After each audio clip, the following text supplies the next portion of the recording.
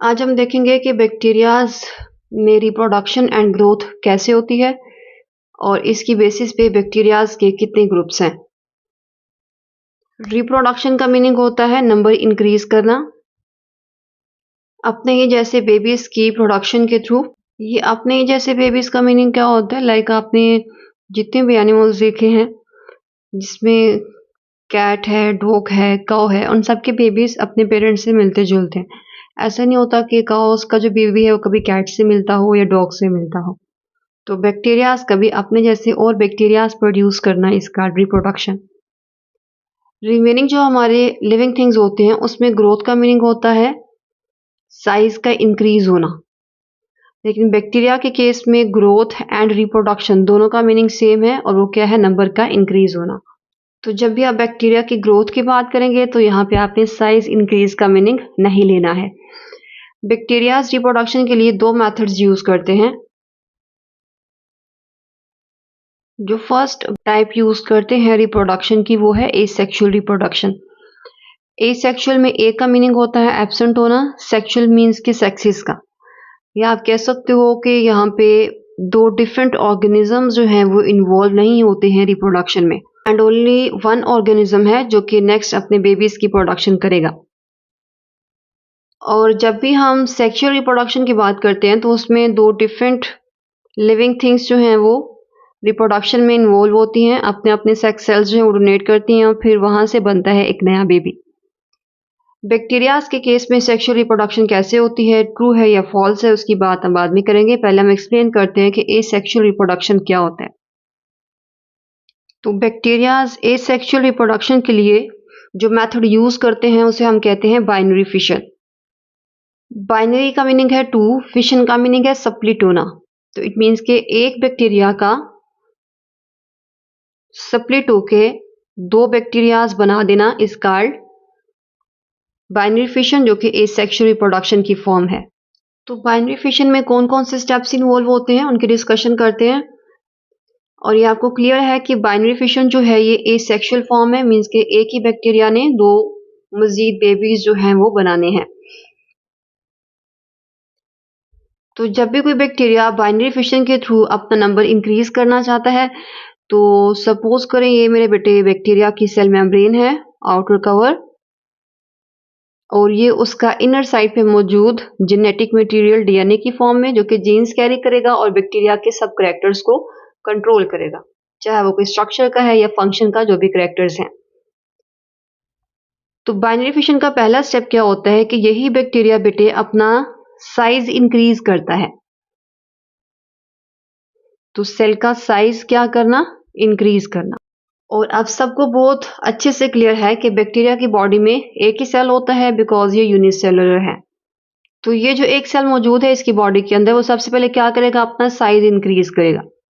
Suppose करें मेरे बेटे ये है फर्स्ट स्टेप के बाद मिला हमें बैक्टीरिया का इंक्रीज साइज। बाइनरी फिशन का सेकंड स्टेप क्या है कि ये जो बैक्टीरिया का जेनेटिक मटेरियल होता है डीएनए, ये अपनी डुप्लीकेशन करता है, अपनी एक कॉपी तैयार करता है एंड कॉपी तैयार करने को हम कहते हैं रेप्लिकेशन।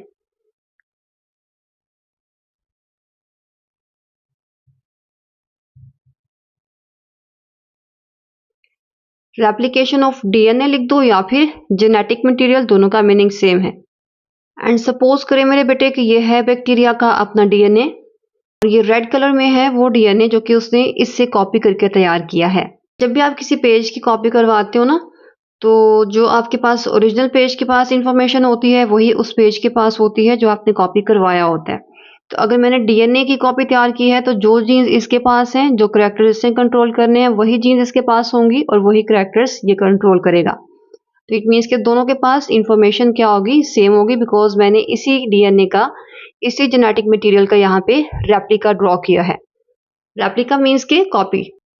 तो फर्स्ट स्टेप है बाइनरी फिशन में जो कि एसेक्सुअल रिप्रोडक्शन की फॉर्म है मेरे बेटे। साइज इंक्रीज हुआ, जेनेटिक मटेरियल की रेप्लिकेशन हुई। थर्ड में होती है मेरे बेटे साइटोकाइनेसिस। साइटोकाइनेसिस का मीनिंग है डिवीजन ऑफ साइटोप्लाज्म। और आपको पता है कि ये जो साइट होती है सेल मेम्ब्रेन और न्यूक्लियर मटेरियल के दरमियान, इसे हम साइटोप्लाज्म कहते हैं। ये आप लोगों ने पढ़ा हुआ है सेल के चैप्टर में। तो साइटोप्लाज्म की डिवीजन के लिए आउटर इन्वेलप क्या कर रहा है, यहाँ पे इन्वेजिनेट कर रहा है दोनों साइड से। एक साइड पे मौजूद है ओरिजिनल डीएनए और ये है उसका रेप्लिका जो कि हमने इसी से तैयार किया है। जो लास्ट स्टेप है उसमें ये इन्वेजिनेशन कंप्लीट साइटोप्लाज्म को 2 पार्ट्स में डिवाइड कर देगी। तो ये इन्वेजिनेशन यहाँ पे पेनिट्रेट करेगी और कंप्लीट साइटोप्लाज्म 2 में डिवाइड हो जाएगा। और ये एक बैक्टीरिया मिलेगा आपको विथ ओरिजिनल डीएनए और सेकंड बैक्टीरिया विथ रेप्लिका।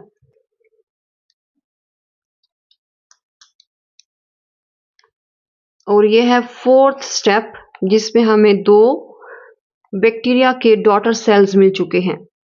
तो अभी हमने बैक्टीरिया की रिप्रोडक्शन की फर्स्ट टाइप देखी है एसेक्सुअल रिप्रोडक्शन, जो कि होती है बाइनरी फिशन के थ्रू। बाइनरी फिशन में बैक्टीरिया का एक सेल क्या करेगा, अपना साइज इंक्रीज करेगा, अपने डीएनए के रेप्लिकास तैयार करेगा और जब रेप्लिकास तैयार हो जाएंगे तो फिर साइटोप्लाज्म को डिवाइड करेगा। साइटोप्लाज्म की डिवीजन का हमने बोला साइटोकाइनेसिस। और 2 हमें मिलेंगे डॉटर सेल, बिकॉज एक सेल से 2 सेल्स मिल रहे हैं तो ये एसेक्सुअल रिप्रोडक्शन है। इसमें 2 डिफरेंट ऑर्गेनिज्म जो हैं वो सेक्सुअल की तरह इन्वॉल्व नहीं होते हैं। एंड बिकॉज एक बैक्टीरिया स्प्लिट हुआ है या डिवाइड हुआ है 2 बैक्टीरियाज में, तो इसलिए हम कहते हैं ये बाइनरी फिशन है। बाइनरी में बाय शो करता है 2 को, तो एक बैक्टीरिया का 2 में स्प्लिट होना। सेकेंड जो टाइप है रिप्रोडक्शन की बैक्टीरिया के अंदर वो है सेक्सुअल रिप्रोडक्शन। और सेक्सुअल रिप्रोडक्शन बैक्टीरिया में होती है कॉन्जुगेशन के थ्रू।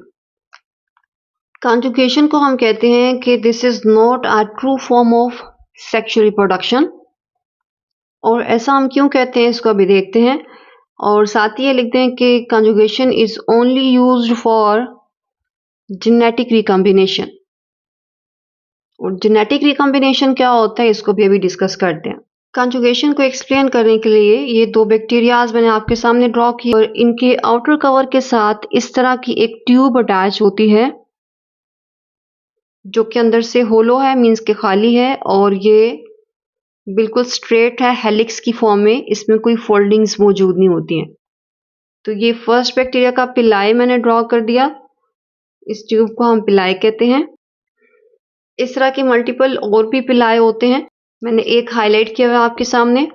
और ये सेकंड बैक्टीरिया का पिलाए हमने यहाँ पे हाईलाइट कर दिया। एंड ये सपोज करें फर्स्ट बैक्टीरिया का जेनेटिक मटेरियल है और ये है सेकंड बैक्टीरिया का।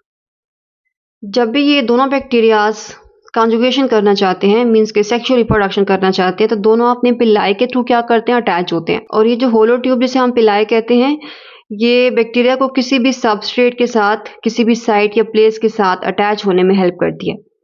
और जब भी कॉन्जुगेशन करना चाहेंगे बैक्टीरियाज, यही पिलाई दूसरे बैक्टीरिया के पिलाई के साथ अटैच होते हैं और जेनेटिक मटेरियल्स को एक्सचेंज करते हैं। और ये मैं आपको दिखा देती हूँ दोनों बैक्टीरियाज की पिलाई को अटैच करवा के। तो जब 2 होलो ट्यूब्स आपस में इस तरह से जुड़ जाती हैं तो इसका जेनेटिक मटेरियल मींस के डीएनए का कुछ पोर्शन जो है वो फ्रेगमेंट्स के फॉर्म में इस अटैचमेंट के थ्रू ट्रांसफर किया जाएगा सेकंड बैक्टीरिया में, और ये जेनेटिक मटेरियल इसके डीएनए के साथ जाके अटैच हो जाएगा। बिकॉज हमारे पास इस बैक्टीरिया के अंदर जो ओरिजिनल अपनी जीन्स हैं उसमें न्यू जीन्स ऐड हो चुकी हैं जो कि इस बैक्टीरिया की हैं, तो इसका जेनेटिक मटेरियल मींस के कैरेक्टर इसके क्या हो गए, चेंज हो गए। जब ये दोनों बैक्टीरियाज अपना जेनेटिक मटेरियल एक्सचेंज कर लेते हैं तो उसके बाद ये दोनों सेपरेट हो जाते हैं। और ये है फर्स्ट बैक्टीरिया का जेनेटिक मटेरियल, सेकेंड बैक्टीरिया का विथ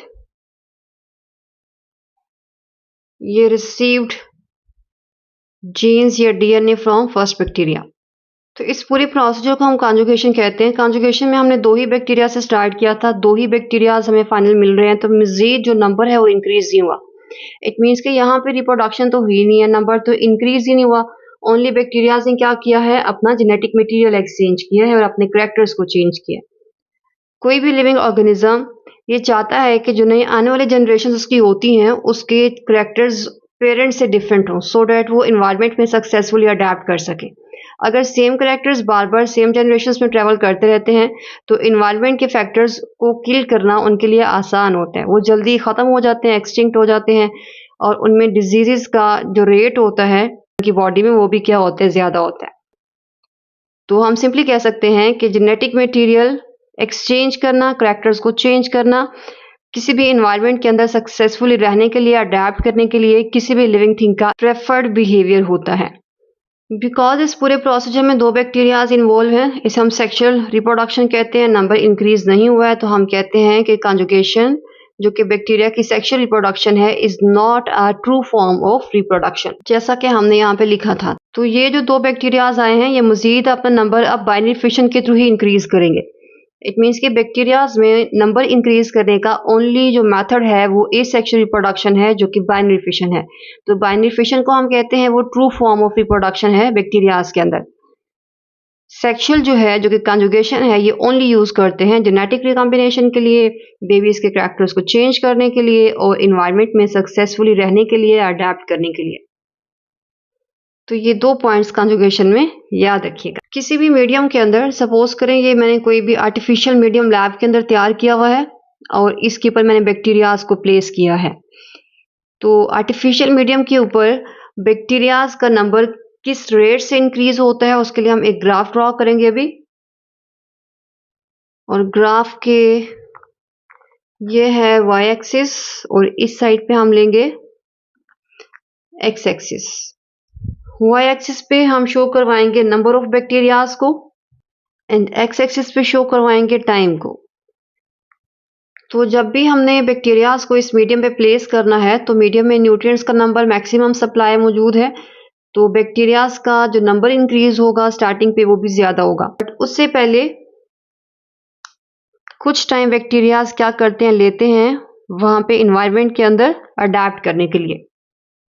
जितने भी लिविंग थिंग्स हैं जब भी किसी नई प्लेस पे जाती हैं, नई हैबिटेट पे जाती हैं तो वहां पे रहने के लिए उन्हें कुछ टाइम जो है समझने में लगता है। जैसे आप लोग भी अपनी जो रेजिडेंस है अगर चेंज करते हो, घर चेंज करते हो, नॉर्मल एक्टिविटी स्टार्ट करने से पहले वहां पे उस एरिया को पहले आपको समझना पड़ता है। अडेप्ट होने में, रहने में, समझने में टाइम लगता है आपको। तो बैक्टीरियाज को भी इस मीडियम के ऊपर कुछ टाइम लगता है अडेप्ट होने में। तो जितना टाइम वो खुद को वहां पे तैयार कर रहा होता है, अडेप्ट कर रहा होता है एनवायरनमेंट के अकॉर्डिंग, उस टाइम को हम कहते हैं लैग फेज है। So lag phase is a time taken by bacteria for adaptation।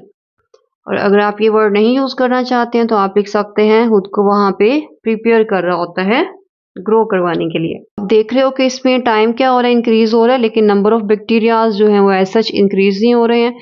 और यहाँ पे अगर हम सपोज कर लें टाइम हम ले लेते हैं 15 मिनट्स, 30, 45 और इस साइड पे हम सपोज कर लेते हैं नंबर ऑफ बैक्टीरियाज 20, 40, 80 एंड 100। ये हमने जस्ट वैल्यू सपोज की हुई है आपको बताने के लिए।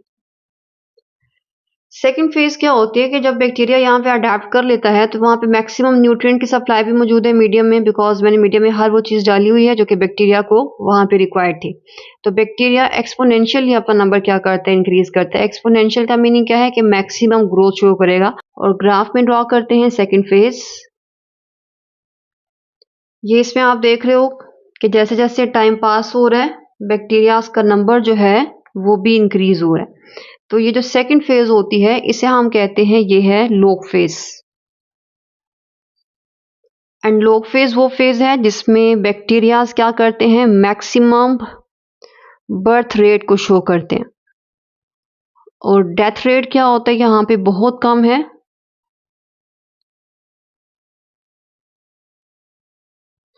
मैक्सिमम नंबर क्या कर रहे होते हैं, बैक्टीरियाज इंक्रीज कर रहे होते हैं।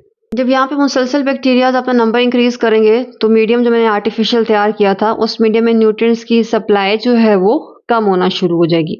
जब न्यूट्रिएंट्स की सप्लाई कम होगी तो बैक्टीरियाज का नंबर बहुत ज़्यादा है, न्यूट्रिएंट्स नहीं मिलेंगे तो उनकी डेथ स्टार्ट हो जाती है। तो एक स्टेज ऐसी आती है जहाँ पे जाके मजीद टाइम तो इंक्रीज हो रहा होता है लेकिन मजीद नंबर वहां पे इंक्रीज नहीं होता। तो ये जो स्टेज होती है इस स्टेज को हम कहते हैं ये है स्टेशनरी फेज, जहाँ पे न्यूट्रिएंट्स कम होने की वजह से डेथ रेट ज़्यादा होना शुरू हो जाता है और इक्वल हो जाता है बर्थ रेट के। मीन्स कि यहाँ पे मज़ीद नंबर इंक्रीज़ नहीं होता है। अगर 2 बैक्टीरियाज़ की न्यू प्रोडक्शन हो रही है तो 2 ही बैक्टीरियाज़ की डेथ हो रही होती है। तो ये जो थर्ड फेज़ है इसे हम कहते हैं ये है स्टेशनरी फेज़।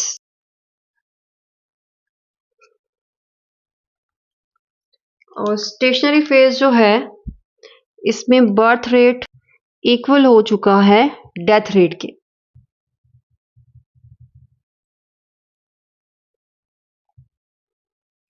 स्टेशनरी का मीनिंग होता है स्टिल होना, किसी चीज का रुके हुए होना। और यहाँ पे क्या चीज स्टिल है, कौन सी चीज रुकी हुई है? बैक्टीरियाज का नंबर जो है वो रुका हुआ है और मजीद इंक्रीज नहीं हो रहा है क्योंकि न्यूट्रिएंट्स कम हो चुके हैं एंड डेथ रेट ज्यादा होके बर्थ रेट के इक्वल हो चुका है। जो लास्ट फेज हमने देखनी है वो है डिक्लाइन और डेथ फेज। जब यहाँ पे मुसलसल बैक्टीरियाज न्यूट्रिएंट्स को ईट अप करेंगे तो बैक्टीरियाज के जितने भी न्यूट्रिएंट्स हैं, यहाँ पे जो भी सप्लाई थी, जो भी चीज़ें उसको सर्वाइव रखवा रही थी, वो ऐसा ऐसा कम होना शुरू हो जाएंगी।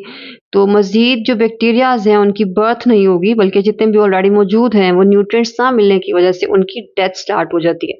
और एक फिर ऐसी आती है जब आपका जो ग्राफ है वो डाउनवर्ड मूव करना शुरू हो जाता है।